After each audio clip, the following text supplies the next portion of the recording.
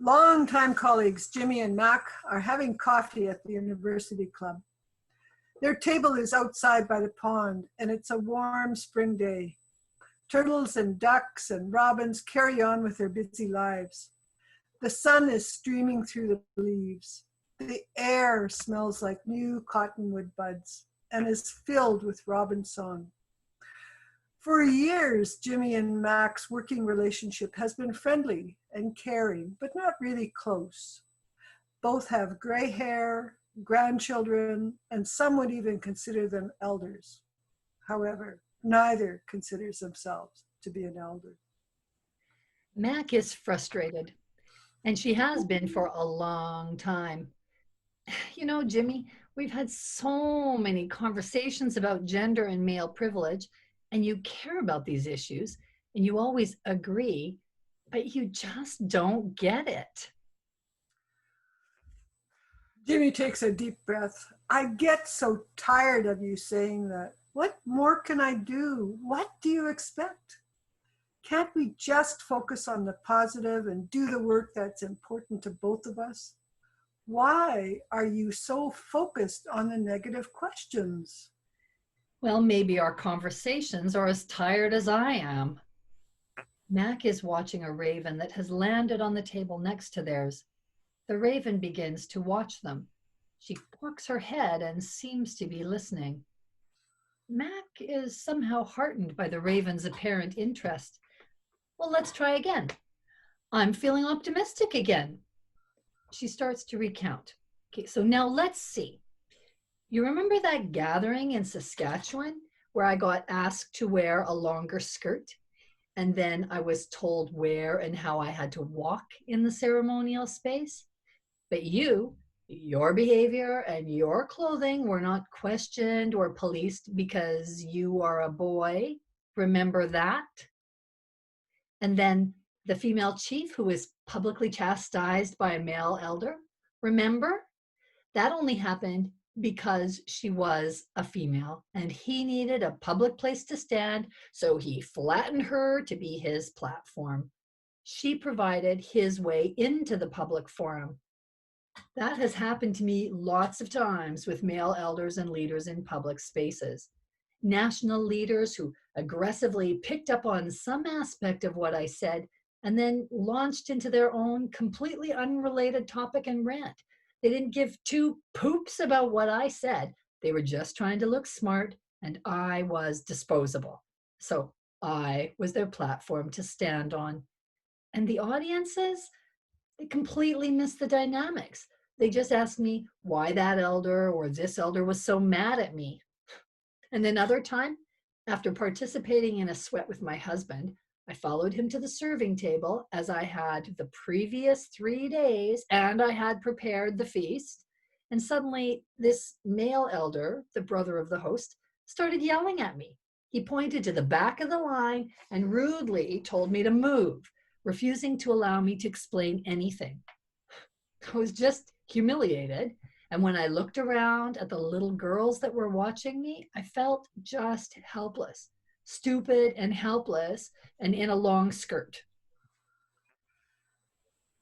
Aren't we supposed to respect the protocols of the people we're working with? And it was women elders that directed you.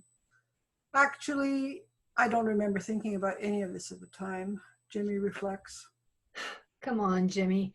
You know that the normalization of sexism and its attendant practices are often enforced by women, including Indigenous women. And as women, we can be the absolute meanest to each other, and we can cause the worst lateral damage to each other too.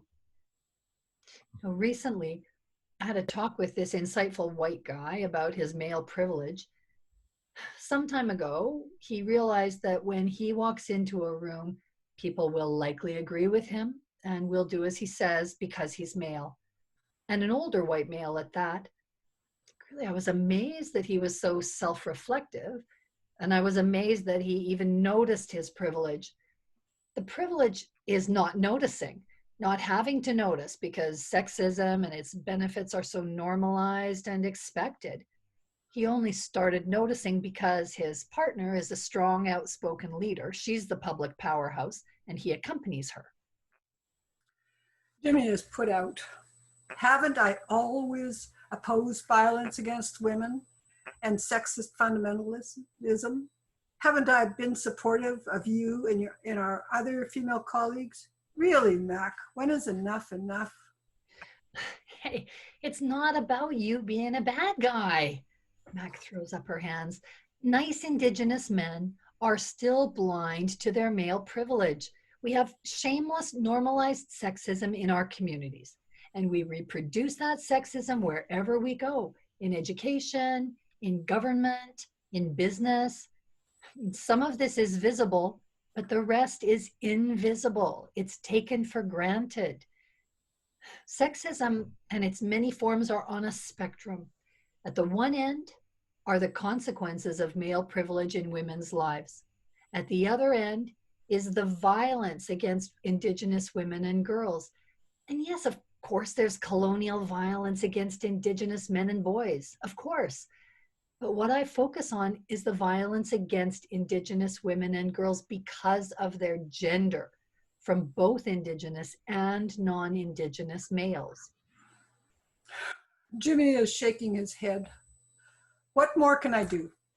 He notices that the raven is staring at him, and she doesn't look very friendly. You know, there are lists of male privilege benefits online. I'm just saying.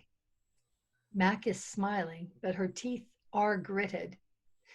For starters, you could just pay attention to your privilege and stop taking it for granted. I know you were supportive of me and of the other women here, but you have to stop assuming that you have simply earned all your special treatments while the Indigenous women around you have not. Jimmy is curious. What do the online resources say on male privilege?